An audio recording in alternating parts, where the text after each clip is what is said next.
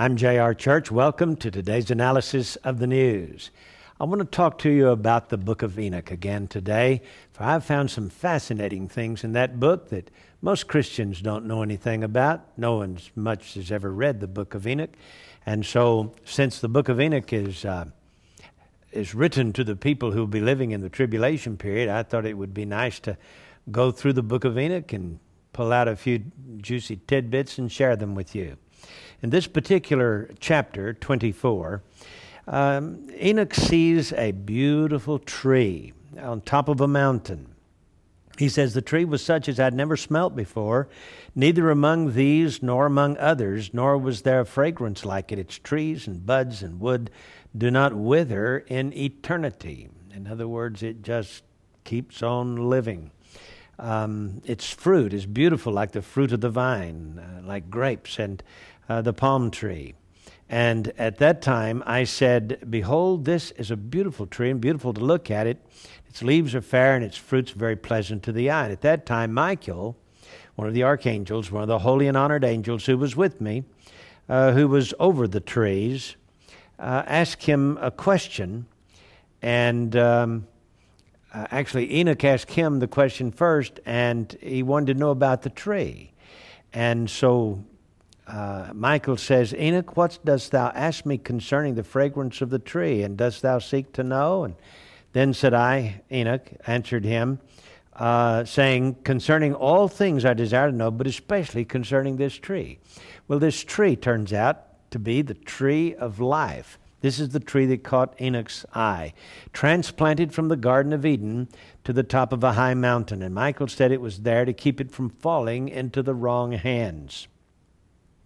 Now, obviously, Adam and Eve, had they partaken of the tree of life, would have lived forever. But God had said that when they ate of the tree of the knowledge of good and evil, they would die.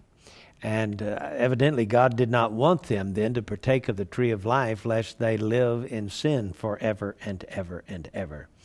And so Michael says that it was there to keep it from falling into the wrong hands, and we've learned since that time that it's been transplanted into heaven, probably before the flood of Noah. So here's what Michael said: "This high mountain which thou hast seen, whose summit is like the throne of God, is the throne where the holy and the great God of glory is, the eternal King, will sit. This is where he will sit when he will descend to earth with goodness." And he said, "This beautiful tree of beautiful fragrance cannot be touched by any flesh until the time of the great judgment, when all of the will be atoned for and consummated for eternity. This will be given to the just and the humble. From its fruits, life will be given." That is eternal life.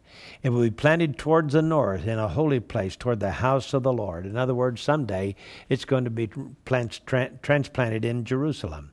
He goes on to say, "Then they'll rejoice greatly and be glad in the Holy One. They'll let this fragrance enter their members, that is, through their permeate their bodies. They'll live a long life upon earth as the fathers lived. In their days no sorrow or sickness or trouble or affliction will touch them."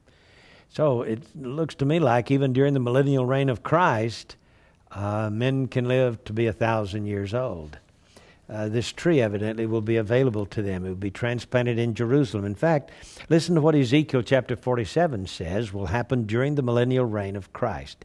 He said, "By the river in Jerusalem, and upon the bank thereof, on this side and on that side, shall grow all trees for meat, whose leaves shall not fade, neither shall the fruit thereof be consumed.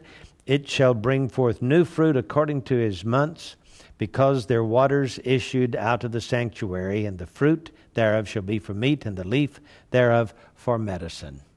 Now this is what Ezekiel says will happen during the millennial reign of Christ, the Messianic era.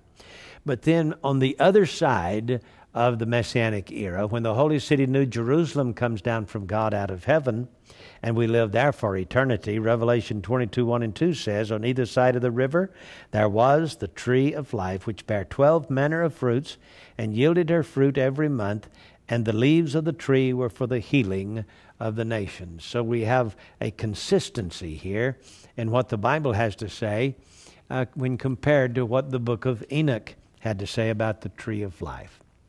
Absolutely fascinating, isn't it? That one of these days we'll see that tree. It must be a real tree. God had it planted in the Garden of Eden. He offered Adam and Eve to partake of that tree. Told them, but don't partake of the tree of the knowledge of good and evil. And you know what they did? Curiosity got the best of them. They ate of the tree of the knowledge of good and evil instead of the tree of life.